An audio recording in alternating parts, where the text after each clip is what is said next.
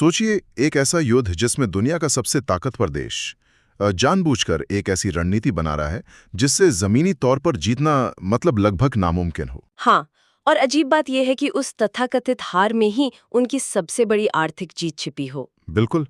अ, आमतौर पर युद्ध हमेशा अपना झंडा गाड़ने और जीतने के लिए लड़े जाते हैं, लेकिन आज हम जिस भू राजनीतिक शतरंज की चर्चा करने वाले हैं, वहां मकसद रानी को बचाना नहीं है, बल्कि पूरे के पूरे बोर्ड को ही पलट देना है। ये सुनने में किसी थ्रिलर नॉवेल की स्क्रिप्ट जैसा लगता है। लेकिन हमारी आज की चर्चा का केंद्र यही पैराडॉक्स है। देखिए, हम दुनिया के एक ऐसे दौर में प्रवेश कर रहे हैं जहां ताकत का पैमाना पूरी तरह से बदल रहा है। सही कहा। अब तक जो देश सिर्फ डिजिटल नंबर्स और डॉलर छापकर दुनिया पर राज करते थे, हाँ, फाइनेंस डोमिनेंस। बिल्कुल, वो अब जमीन, तेल और खेती की बुनियादी दौलत की तरफ वापस लौट रहे हैं, एक बहुत ही आक्रामक तरीके से। और आज के इस डीप डाइव में हमारा उद्देश्य यही समझना है। तो आज के हमारे स्रोत क्या हैं? आज हम प्रिडिक्टिव हिस्ट्री चैनल के एक बेहद चर्चित यूट्यूब वीडियो का विश्लेषण कर रहे हैं। वीडियो का नाम है game theory number 18, Trump world order. अच्छा। हमारा मिशन ये समझना है कि कैसे दुनिया वित्तीय प्रभुत्व या फाइनेंस डोमिनेंस से हटकर एक निर्मम रिसोर्स डोमिनेंस यानी संसाधनों के नियंत्रण की तरफ बढ़ रही है। लेकिन चर्चा शुरू करने से पहले एक बहुत जरूरी बात साफ कर देना सही रहेगा। हाँ बिल्कुल, बताइए। आज की इस सामग्री में कई राजनीतिक रूप से संवेदनशील विचार शामिल हैं, जैसे क्रिश्चियन नेशनलिज्म, लेफ्ट और राइट विंग की विचारधाराओं का टकराव और ग्लोबल लीडर्स की कुछ बहुत ही आक्रामक रणनीतियां। एकदम सही पॉइंट है। हम यहाँ अपने श्रोताओं को स्पष्ट रूप से बता देना चाहते हैं कि हम किसी भी राजनीतिक पक्ष या विचारधारा का समर्थन बिल्कुल नहीं कर रहे हैं। हमारा मकसद यहाँ सिर्फ और सिर्फ उस स्रोत सामग्री में दी गई गेम थ्योरी और उनके दावों को निष्पक्ष रूप से रिपोर्ट करना है, ताकि हम समझ सकें कि इन दावों के पीछे का लॉजिक क्या है। तो चलिए इस उलझी हुई डोर को थोड़ा सुलझाते हैं। कहानी शुरू होती है ऑपरेशन एपिक फ्यूरी से। मिडिल ईस्ट में एक ऐसी हलचल चल रही है जो सतह पर देखने से किसी को भी पूरी तरह से इलॉजिकल लग सकती है। वो कैसे? मतलब एक तरफ डोनाल्ड ट्रंप का वो आक्रामक बयान सामने आता है जहां वो ईरान के एनर्जी इंफ्रास्ट्रक्चर पर सीधे बमबारी करने की बात करते हैं, उन्हें स्टोन एज में भेजने की धमकी देते हैं। हाँ, वो काफी अग्रेसिव बयान था। लेकिन ठीक उसी वक्त दूसरे ग्लोबल लीडर्स का सुर बिल्कुल अलग है। ऑस्ट्रेलिया के प्रधानमंत्री एल्बनीज और ब्रिटेन के प्रधानमंत्री स्टॉमर पब्लिक में आकर अपनी जनता को चेतावनी दे रहे हैं कि फ्यूल की कीमतें बढ़ने वाली हैं। बिल्कुल, वो कह रहे हैं कि आगे आने वाली भारी आर्थिक परेशानियों के लिए सबको तैयार रहना चाहिए।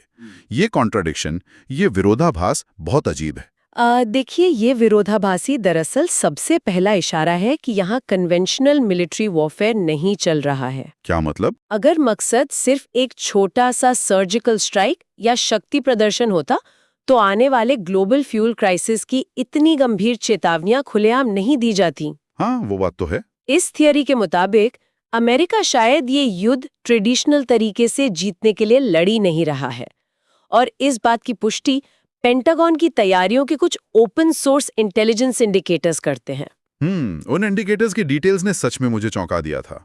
जैसे वो पॉली मार्केट वाला डेटा। हाँ, पॉली मार्केट नाम के प्रेडिक्शन मार्केट पर किसी अनजान स्रोत ने अचानक से $2 लाख का सट्टा लगा दिया इस बात पर कि एक पूर्ण जमीनी हमला होने वाला है। अरे बाप रे! पॉली मार्केट पर आम लोग छोटी मोटी चीजों पर बेट करते हैं, पर इतनी बड़ी रकम का एक ही रात में किसी एक दिशा में जाना बताता है कि किसी के पास अंदर की ठोस खबर है। बिल्कुल। पर इससे भी ज्यादा हैरानी मुझे उस पिज्जा इंडेक्स वाली बात से हुई। मैं चाहता हूं कि आप इस मैकेनिज्म को थोड़ा समझाएं।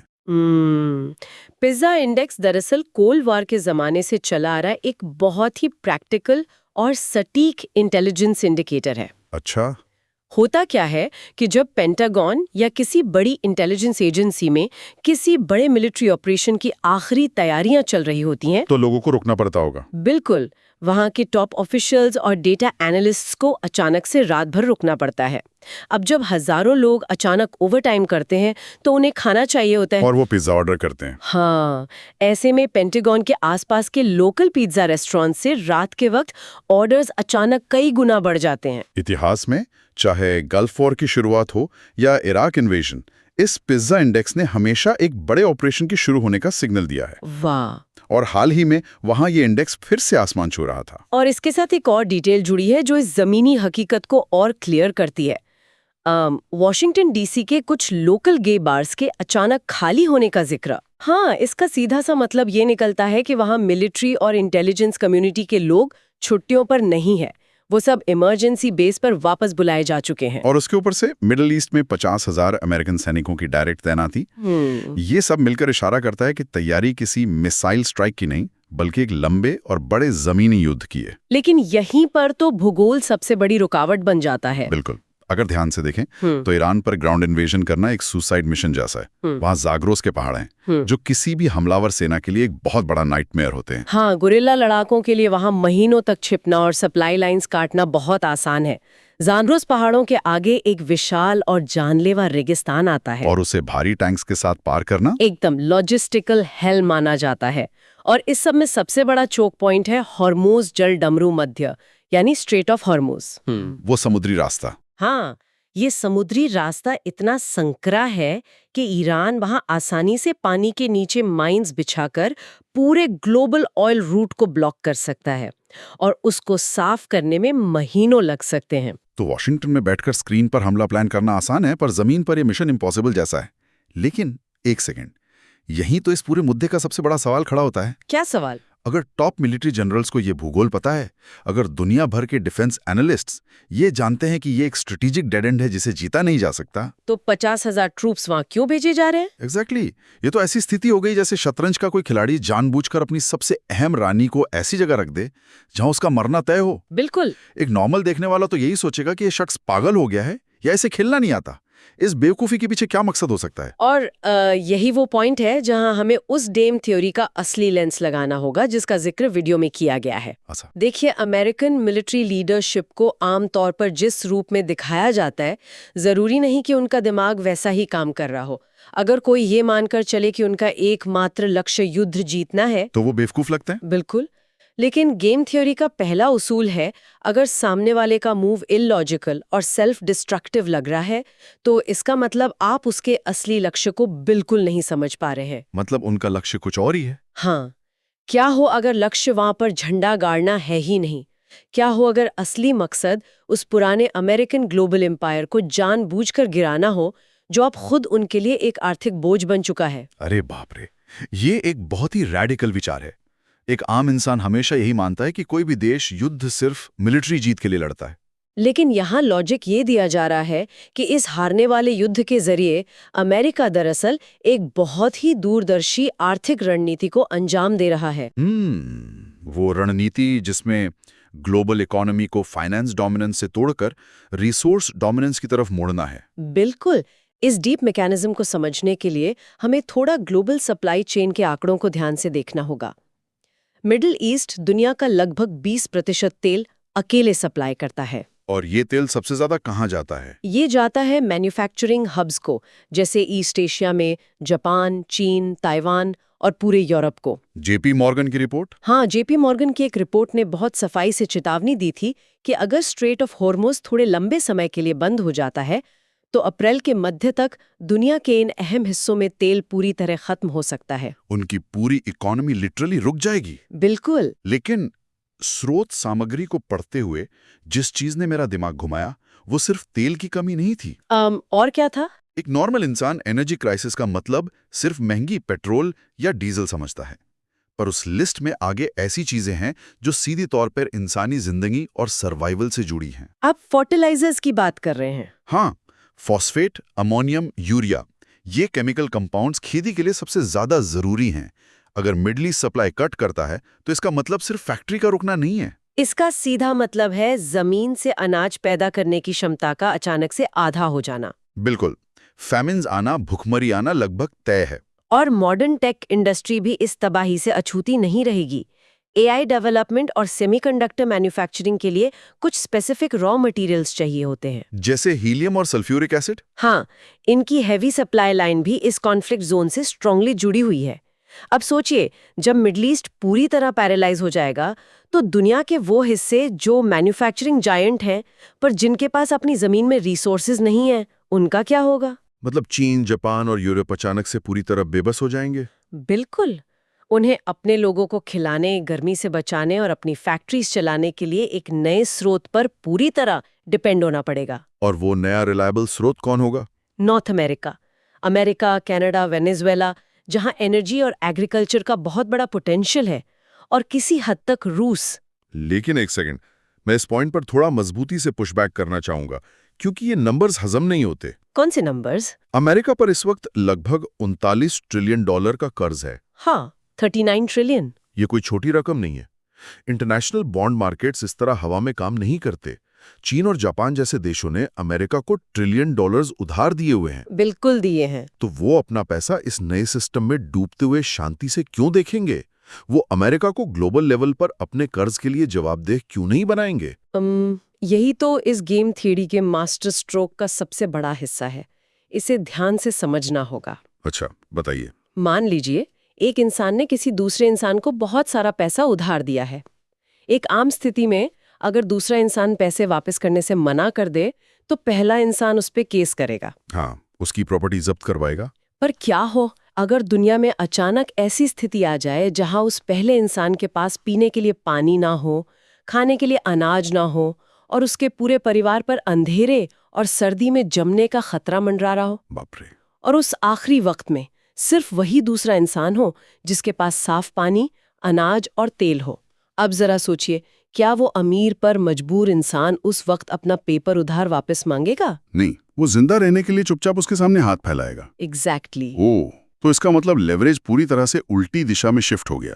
खाना और आयल अचानक से पेपर आईओयू और डिजिटल बॉन्ड से लाख गुना ज्यादा कीमती हो गए। बिल्कुल सटीक। इस मौजूदा फाइनेंशियल इकोनॉमी को स्रोत में एक तरह की पॉन्जी स्कीम के रूप में दर्शाया गया है, जहां सिर्फ डॉलर छाप के दुनिया चलाई जा रही थी। हाँ, पर जब बुनियादी सर्वाइवल की बात आती है तो डिजिटल नंबर्स किसी इंजन को नहीं चला सकते और कागज के नोट किसी का पेट नहीं भर सकते। सही कहा। जिन देशों को अमेरिका से पैसे लेने थे वो भूख और तबाही से बचने के लिए पूरी तरह अमेरिका की एग्रीकल्चरल और एनर्जी मोनोपोली पर निर्भर हो जाएंगे। इस तरह अमेरिका का 39 ट्रिलियन डॉलर का कर्ज प्रैक्टिकली इररेलेवेंट हो जाता है। उन्हें किसी को वो पैसे कैश में वापस करने ही नहीं पड़ेंगे। बिल्कुल नहीं, क्योंकि उन्होंने ग्लोबल रूल्स को फाइनेंस डोमिनेंस से हटाकर एक एब्सोल्यूट रिसोर्स बेस्ड मोनोपोली में बदल दिया है। जिसके पास जमीन, पानी और तेल है वही अब दुनिया का राजा है। ये पूरी थ्योरी इतनी कोल्ड ब्लडेड और निर्मम है कि यकीन करना थोड़ा मुश्किल होता है कि कोई देश इतने बड़े पैमाने पर ऐसी स्ट्रैटेजी सोच भी सकता है। पर गेम थ्योरी ऐसे ही काम करती है। लेकिन अगर वाकई में अमेरिका इंटेंशनली खुद को एक रिसोर्स फोर्ट्रेस, मतलब एक संसाधन गढ़ में तब्दील कर रहा है क्योंकि उसे पता है कि ग्लोबल ऑर्डर का पतन निश्चित है, तो वो इस दुनिया में अकेला नहीं हो सकता। बिल्कुल, कोई और बड़ा प्लेयर भी जरूर इसी दिशा में आगे बढ़ रहा होगा। और यहाँ पर सीधा ध्यान जाता है रूस की तरफ। ये इस थ्योरी का एकदम लॉजिकल प्रोग्रेशन है। अगर हम इस नए लेंस से दुनिया के नक्शे को देखें तो यूक्रेन युद्ध अचानक से एक बिल्कुल अलग ही रूप में सामने आता है। खबरों में तो हमेशा यही बताया जाता है कि रूस ने यूक्रेन पर तुरंत कब्जा करने के लिए हमला किया और वो बुरी तरह फंस गया। लेकिन इस विश्लेषण के मुताबिक यूक्रेन युद्ध ऐसी कोई लड़ाई ही नहीं है जिसे रूस जल्दी से जीतकर खत्म करना चाहता हो। ये दरअसल एक सोच समझकर बनाया गया 10 से 20 साल तक लंबा चलने वाला इंडस्ट्रियल प्रोजेक्ट है। और एक सेकंड, एक लंबा खिंचता हुआ युद्ध किसी को क्या फायदा दे सकता है? हमने इतिहास में यही पढ़ा है कि लंबे युद्ध किसी भी मजबूत देश की अर्थव्यवस्था को अंदर से खोखला कर देते हैं। ट्रेडिशनल इकोनॉमी को खोखला जरूर करते हैं, पर एक वॉर इकोनॉमी को नहीं। अच्छा। स्रोत के अनुसार इस लंबे कॉन्फ्लिक्ट का असली मकसद यूक्रेन की राजधानी पर कल सुबह कब्जा करना उतना नहीं है जितना कि पूरी रशियन इंडस्ट्रियल मशीन को आने वाले अनस्टेबल डार्क एज के लिए तैयार करना है। मतलब वो जानबूझकर खुद को मिलिटराइज कर रहे हैं। हाँ, रूस डेलिब्रेटली खुद को एक ऐसी स्टेट में बदल रहा है जहां सब कुछ युद्ध उत्पादन के आसपास घूमेगा, जैसे हेवी मशीनरी और ड्रोन निर्माण। वो अपनी सोसाइटी और इंडस्ट्रीज को हार्डन कर रहे हैं। बिल्कुल, और इसके पीछे का लॉजिक भी काफी डीप है। स्रोत सामग्री में बार बार एक स्पेसिफिक किताब का हवाला आता है, अलेक्जेंडर डुगिन की किताब। हाँ, 1996 की किताब फाउंडेशंस ऑफ जियोपॉलिटिक्स। उसमें एक थर्ड रोम नाम की योजना का डिटेल में जिक्र है। मुझे शुरू में ये थोड़ा अजीब लगा था, पर इसका फ्रेमवर्क आज के हिसाब से बहुत रिलेवेंट है। डोगिन का ये दावा था कि जो पश्चिमी लिबरल ऑर्डर है, जो ग्लोबल फ्री ट्रेड पे टिका हुआ है, वो अंदर से बेहद खोखला है। और वह किसी दिन ताश के पत्तों की तरह ढह जाएगा। बिल्कुल। डुगिन की थ्योरी का बेस यही था कि जब ये ग्लोबल फाइनेंशियल सिस्टम टूटेगा तब राख से कौन बचेगा? वही बचेगा जो पहले से एक मजबूत किले के रूप में खड़ा हो। सही कहा, जिसके पास खुद के नेचुरल रिसोर्सेज का असीमित भंडार हो। जैसे अगर रूस यूक्रेन के रिसोर्सेज पर कंट्रोल बना लेता है तो उसके पास दुनिया के लगभग 1/3 कार्बोहाइड्रेट्स, ग्रेन्स और एनर्जी रिजर्व्स का सीधा कंट्रोल होगा। इस पूरी स्थिति को अगर मैं एक सिंपल एनालॉजी से समझाऊं तो ये बिल्कुल ऐसा है जैसे मौसम विभाग ने अलर्ट दे दिया हो कि एक भयानक महातूफान आने वाला है। हाँ बिल्कुल। अब वहां दो तरह के लोग हैं, एक वो जो अपने आंगन में खड़े होकर बहस कर रहे हैं कि तूफान क्यों आ रहा है या हम इसे मिलकर कैसे रोक सकते हैं, और दूसरे वो जो किसी से बहस किए बिना चुपचाप अपने घर की खिड़कियों पर लकड़ी के मोटे फट्टे ठोक रहे हैं, बेसमेंट्स में अपना राशन जमा कर रहे हैं, वो अपने घर को एक आत्मनिर्भर बंकर में बदल रहे हैं। बहुत ही सटीक उदाहरण है ये। अमेरिका और रूस दोनों को अंदाजा हो चुका है कि इस फाइनेंशियल ऑर्डर का तूफान आने वाला है और दोनों चुपचाप अपने के लिए आक्रामक रूप से तैयार कर रहे हैं। तो इसका मतलब ये निकलता है कि जो पिछले कुछ सालों में फैसले हुए जो दुनिया को बहुत ही क्योटिक लगते हैं, जैसे मेक्सिको के साथ सप्लाई चेन्स को लेकर एग्रेसिव स्टैंड्स या डेनमार्क से पूरा का पूरा ग्रीनलैंड खरीदने का ऑफर देना, वो सब अचानक से गुस्से में लिए गए बेतुके फैसले नहीं थे। तो वो क्या थे? इस थ्योरी के मुताबिक इन सारे एक्शंस के पीछे एक सटीक ब्लूप्रिंट है जिसे स्रोत सामग्री में ग्रेटर नॉर्थ अमेरिका या टेकनेट का नाम दिया गया है। टेकनेट? हाँ, इस नए विजन में 21वीं सदी के लिए मुनरो डॉक्ट्रिन को एक बहुत ही आक्रामक रूप में वापस लाया जा रहा है। मुनरो डॉक्ट्रिन वही है ना जो 19वीं सदी की पॉलिसी थी? बिल्कुल, जिसका मानना था कि पूरे वेस्टर्न हेमिस्फीयर पर सिर्फ अमेरिका का दबदबा होना चाहिए। अब इस नए टेकनेट मॉडल के तहत ग्रीनलैंड की बर्फीली खदानों से लेकर इक्वाडोर के जंगलों तक पूरे कॉन्टिनेंट के रॉ मटेरियल्स पर कंट्रोल स्थापित करने की कोशिश हो रही है। बाप रे, ये पूरी स्थिति सच में दो बिल्कुल अलग-अलग ग्लोबल ऑर्डर्स का टकराव है। हाँ, और इस कॉन्ट्रास्ट को समझने के लिए हमें थोड़ा पीछे जाना होगा। 1991 में जब जॉर्ज H.W. बुश ने न्यू वर्ल्ड ऑर्डर का ऐलान किया था। बिल्कुल, उस पुरानी व्यवस्था के कुछ अहम पिलर्स थे। पहला, अमेरिका पूरी दुनिया की फाइनेंशियल कैपिटल बनेगा और मैन्युफैक्चरिंग को आउटसोर्स कर दिया जाएगा चीन और ताइवान जैसी जगहों पर। सही। और दूसरा पिलर था पैक्स अमेरिकाना, यानी अमेरिका एक ग्लोबल पुलिस फोर्स की तरह काम करेगा ताकि ग्लोबल ट्रेड रूट्स सुरक्षित रहें। और तीसरा पिलर था मल्टीकल्चरल कंज्यूमरिज्म, एक बॉर्डरलेस दुनिया जहां आपकी पहचान आपके ब्रांड से होती है। बिल्कुल, पर वीडियो का साफ दावा है कि पिछले 30 साल में ये पूरा सिस्टम एक खोखले ताश के महल जैसा बन गया है। इस फाइनेंशियल फोकस ने अमेरिका को अंदर से आलसी और करप्ट कर दिया। हाँ, देश उधार में डूब गया और सारा फायदा सिर्फ वॉल स्ट्रीट के बैंकर्स को मिला। और अब उनके अनुसार इस पुराने ऑर्डर को तोड़कर ट्रम्प वर्ल्ड ऑर्डर लाया जा रहा है, जिसका सीधा मकसद है ग्लोबल पीस मेंटेन करने का ठेका छोड़ना, अपनी आर्मी वापस बुलाना। हाँ, और मिडिल ईस्ट जैसे जोन्स को जानबूझकर डिस्टेबलाइज होने के लिए छोड़ देना, ताकि पुराना ऑर्डर तेजी से कोलैप्स हो। और इस कोलैप्स से सिर्फ आर्थिक बदलाव नहीं आएगा। बिल्कुल नहीं, पास्ट स्ट्रक्चर्स भी परमानेंटली चेंज होंगे। इसे एलीट ओवर प्रोडक्शन की थ्योरी से समझाया गया है। वॉल स्ट्रीट के पुराने बैंकर्स की जगह अब सिलिकॉन वैली और AI रेवोल्यूशन वाले नए टेक एलीट्स आ रहे हैं, जिन्हें फाइनेंस की बजाय डेटा सेंटर्स और एनर्जी पर डायरेक्ट कंट्रोल चाहिए। बिल्कुल। एक इंसान के तौर पर सोचें तो ये थ्योरी दिमाग घुमाने वाली है।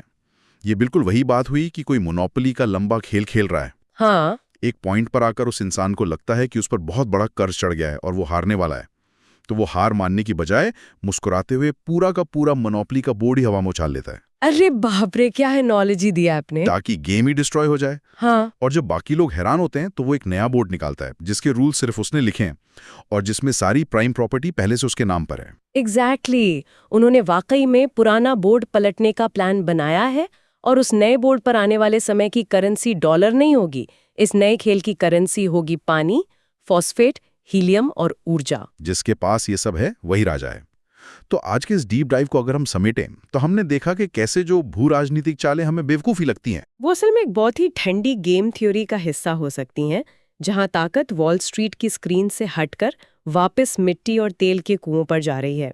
बिल्कुल, पर हम फिर से अपने श्रोताओं को याद दिला दें कि ये सारी भविष्यवाणियां उस स्रोत सामग्री से आती हैं जिसका हमने आज विश्लेषण किया। हाँ, ये शो की अपनी राय नहीं है। लेकिन ये दुनिया को देखने का एक बहुत ही अनसेटलिंग नजरिया जरूर देता है। और यहीं से एक आखिरी और बहुत ही गहरा सवाल निकल कर आता है। वो क्या? हमने आज बड़े देशों की बात की जो खुद को रिसोर्स फोर्ट्रेस बना रहे हैं, लेकिन उन छोटे देशों का क्या होगा जो आज पूरी तरह शांतिपूर्ण है, जिनका किसी युद्ध से कोई लेना देना नहीं है, पर वो प्राकृतिक संसाधनों से ऊपर तक भरे हुए हैं? मतलब ऐसे देश जिनके पास मीठे पानी के बड़े भंडार हों या रेयर अर्थ मिनरल्स हों। बिल्कुल।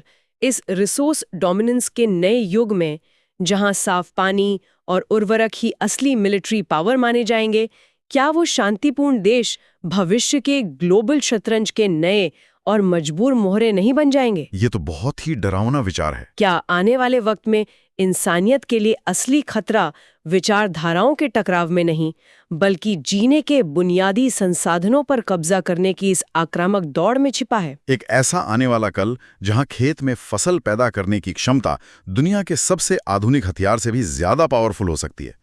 ये एक ऐसी डीप आशंका है जो लंबे समय तक दिमाग में गूंजती रहेगी। आज के इस डीप डाइव को हम इसी एक सवाल के साथ यहीं रोकते हैं। इस बदलती हुई दुनिया को ध्यान से ऑब्जर्व करते रहिए, क्योंकि गेम थ्योरी का असली खेल शायद अभी बस शुरू ही हुआ है।